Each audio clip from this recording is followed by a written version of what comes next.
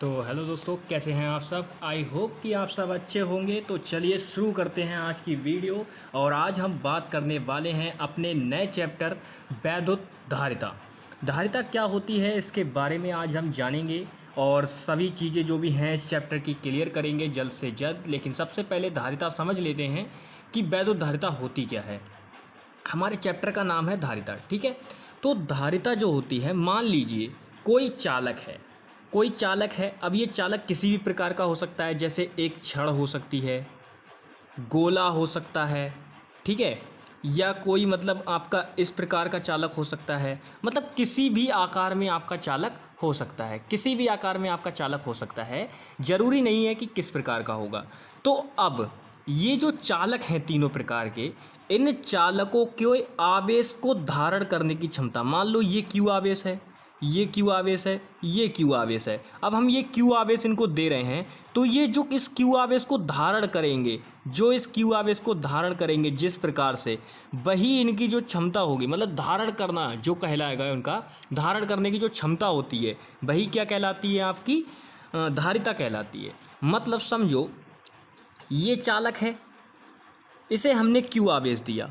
अब ये क्यू आवेश को जिस क्षमता से ग्रहण करेगा वही क्षमता इसकी क्या कहलाएगी, धारिता कहलाएगी, ठीक है। ऐसे ही ये आपका गोलीय कोई चालक है, इसे हमने क्यू आवेश दिया। अब ये जो जिस हिसाब से, यानी कि जिस भी क्षमता से, जिस भी ताकत से ये आवेश को ग्रहण करेगा वही क्या कहलाएगी, इसकी धारिता कहलाएगी। ऐसे ही आपका ये एक चालक है, अब इस चालक को भी हमने क्यू आवेश दिया। अब ये जिस पावर से इसको ग्रहण करेगा वही क्या कहलाएगी, इसकी धारिता कहलाएगी। अब समझो कोई चालक, ठीक है, यानी कि ये तो इसकी डेफिनेशन हो गई। अगर आपसे पूछ ले कि धारिता क्या होती है तो आप बोलेंगे किसी चालक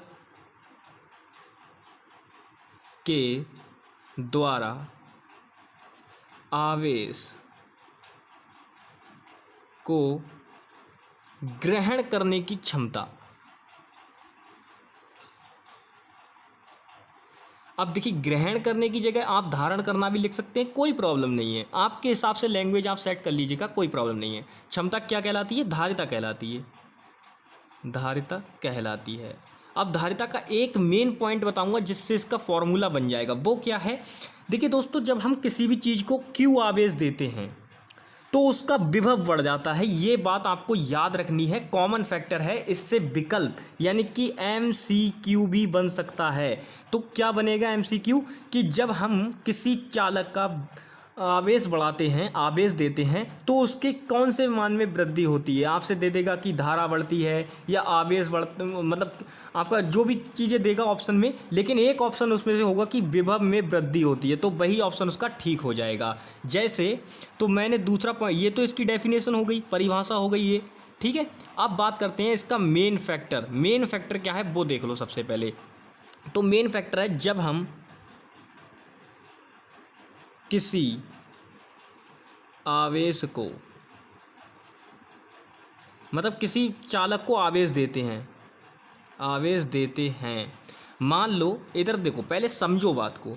ये क्यू आवेश है। अब मैंने ये जो छड़ है इस पे मान लो ये कोई छड़, मतलब छड़ वाला चालक है कोई, ठीक है। तो मैंने इसको क्या किया, इसका मान लो अभी विभव क्या है, मान लो इसका अभी विभव 0 है, 0 वोल्ट, 0 वोल्ट है अभी इसको।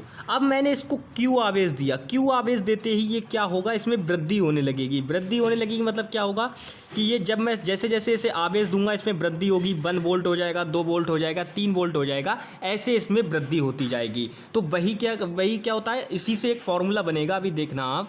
तो किसी आवेश को, जब हम किसी चालक को आवेश देते हैं तो उसके विभव में वृद्धि होती है। किस में वृद्धि होती है, विभव में, विभव में वृद्धि होती है, यानी कि बढ़ जाता है। जब विभव बढ़ जाता है तो देखिए, सबसे पहली बात यहाँ से आपको एक बात समझ में आ रही होगी कि जैसे जैसे हम आवेश बढ़ा रहे हैं वैसे वैसे विभव बढ़ रहा है। तो आवेश और विभव एक दूसरे के कैसे हुए, जल्दी से मुझे बताओ। अगर दोनों चीज़ें एक साथ बढ़ रही हैं, मतलब हमने आवेश को बढ़ाया तो विभव भी बढ़ रहा है, अगर आवेश को घटाएंगे तो विभव भी घट जाएगा। तो ऐसी कंडीशन में आवेश और विभव एक दूसरे के क्या हुए, जल्दी से बताओ। तो दोस्तों ये एक दूसरे के समानुपाती हो जाएंगे, यानी कि Q बराबर आपका हो जाएगा, Q बराबर आपका हो जाएगा B। ये कैसे हो जाएंगे, एक दूसरे के समानुपाती हो जाएंगे। अरे मतलब जब हम आवेश बढ़ा रहे हैं तो ये बी अपने आप बढ़ रहा है, ठीक है। तो अब जब हम इसे घटाएंगे तो ये बी अपने आप घट जाएगा। तो अब इस समानुपाती चिन्ह को जब आप हटाएंगे तो आपका फॉर्मूला बच जाएगा Q बराबर CV। अब ध्यान रखना दोस्तों, ये जो है फर्स्ट फार्मूला है आपका। अब इस फर्स्ट फार्मूले से क्या होगा, सबसे पहले समझो। यदि किसी चालक की धारिता आपको दे दे, कोई चालक है उसकी धारिता आपको दे दे कि हाँ भैया इतनी धारिता इस चालक की है, और उसके बाद आपको दे दे उसका मतलब आवेश भी दे दे कि चालक पर इतना आवेश है और उसकी आवेश को धारण करने की क्षमता इतनी है, तो उसका विभव बताओ कितना होगा। तो आपको बी तो निकालना है, तो आप Q बराबर CV फॉर्मूला लगाएंगे। उसके बाद आपको बी निकालना है जबकि, तो आप बी बराबर Q अपॉन C फॉर्मूले से इसको निकाल लेंगे बहुत आराम से। ये ऐसे छोटे छोटे फॉर्मूले से क्वेश्चन बन जाता है। बहुत टफ, आपको लगता है कि बहुत टफ है, बट टफ नहीं होता है, ठीक है। बात करते हैं अब मेन धारिता का फॉर्मूला क्या होगा।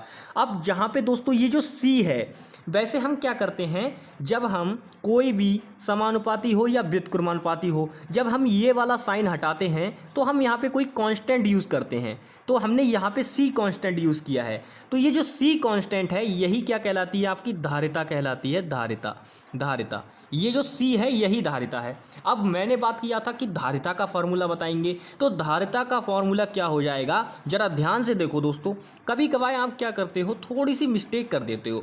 आप क्या समझते हो कि ये जो Q है इसके बटे में नहीं जा सकता। अरे भाई कैसे चला जाएगा, नहीं जाएगा। देखो अगर हम Q को इसके इधर ले गए, लोग पक्षांतरण कर देते हैं कि हम यहाँ से C को इधर ले आएंगे और इसको इधर ले जाएंगे, तो फार्मूला हमारा बन जाएगा C बराबर B अपॉन Q। अरे नहीं भाई, ये गलत है, ये नहीं होगा। क्यों नहीं होगा, समझो बात को। अगर आप Q को इधर ले गए तो ये Q कहाँ है, अभी गुणा में है, इधर लेके आओगे बटे में आ गया, चलो मान लिया, इतनी बात मान लिया। लेकिन ये C तो इधर गुणा में है, तो इधर 1 अपॉन C, फिर तो वही बात हो जाएगी, तो वो गलत है, ऐसा नहीं करना है। आपका जो फॉर्मूला होगा वो बनेगा Q बराबर CV से। अगर आप धारिता C का फॉर्मूला निकालेंगे तो ये जो B है इसके बटे में ले आओ, तो फॉर्मूला आपका हो जाएगा C बराबर आपका फॉर्मूला हो जाएगा Q अपॉन B। अब ये फॉर्मूला बना। अब देखो यहाँ से ये है धारिता का सेकंड फॉर्मूला, ये सेकंड फॉर्मूला है, ये आवेश का फॉर्मूला है Q बराबर CV, ये याद रखना। ये सेकंड फॉर्मूला बना आज का C बराबर QB, ये भी आपको याद रखना है क्योंकि ये धारिता का पहला फॉर्मूला है, बहुत इंपॉर्टेंट है आवेश और विभव के पदों में। किसके, आवेश और विभव के पदों में। लो मैं यहाँ पे अच्छा साफ से लिख देता हूँ ताकि आपको कोई प्रॉब्लम ना हो। आवेश तथा विभव के पदों में, विभव के पदों में, ठीक है। धारिता का फॉर्मूला लिख रहा हूँ C बराबर Q अपॉन B। याद रखना, बहुत इंपॉर्टेंट है, इससे रिलेटेड न्यूमेरिकल बहुत बनेंगे, ठीक है। मतलब आपको आवेश दे देगा, विभव दे देगा और आपसे बोलेगा धारिता निकालो। बिल्कुल 1 नंबर का क्वेश्चन होगा। आप बोलोगे यार क्वेश्चन तो टफ है, 1 नंबर में कैसे आया, इससे तो काफ़ी नंबर में होना चाहिए था। बट नहीं, आप बिल्कुल समझ लो, स्पीकली वो कर सकते हो, इसकी कैलकुलेशन कर सकते हो, मतलब माइंड टू माइंड कैलकुलेशन हो जाती है ऐसे छोटे छोटे सवालों की, ठीक है। तो कोई प्रॉब्लम नहीं आने वाली है इसके। मैंने अब आपको 2 फॉर्मूले आपको समझ में आए बहुत अच्छी तरीके से। अब सबसे पहली बात ये समझो कि हमें ये जो C है धारिता, इसके बारे में छोटी छोटी जानकारियाँ और चाहिए। जैसे कि धारिता का मात्रक आपसे बोर्ड एग्जाम में पूछा जा सकता है कि क्या होता है। तो धारिता का मात्रक निकालने के लिए सबसे पहले हम फॉर्मूला लिखते हैं। कोई भी भौतिक राशि हो उसका आपसे मात्रक पूछ ले, तो अगर आपको उसका फार्मूला पता है तो आप मात्रक बहुत आराम से निकाल सकते हो। जैसे हमसे धारिता का मात्रक पूछ रहा है तो हम देखेंगे कि धारिता का मात्रक यहाँ से अगर देखें तो आवेश का कूलाम और विभव का वोल्ट, ठीक है,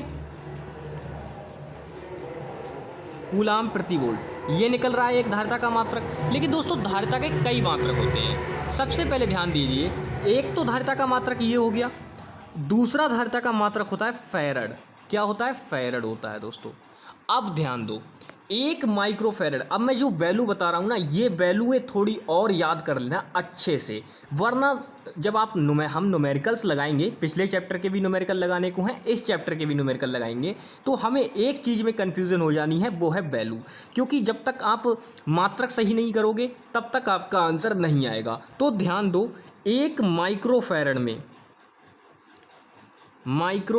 में कितने होते हैं, 10 की घात -6 फैरड होते हैं, और 1 पिकोफैरड